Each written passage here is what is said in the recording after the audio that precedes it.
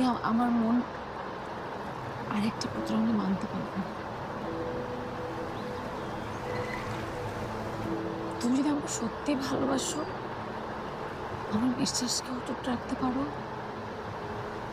তোমার ভালোবাসা যদি কোনো এক্সপায়ার ডেট না থাকে, মানে আমার জন্য তোমার ভালোবাসা যদি কখনো শেষ না হয়,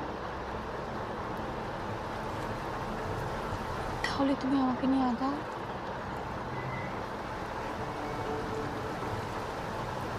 আমি আর কিছু চাই না সিয়াম।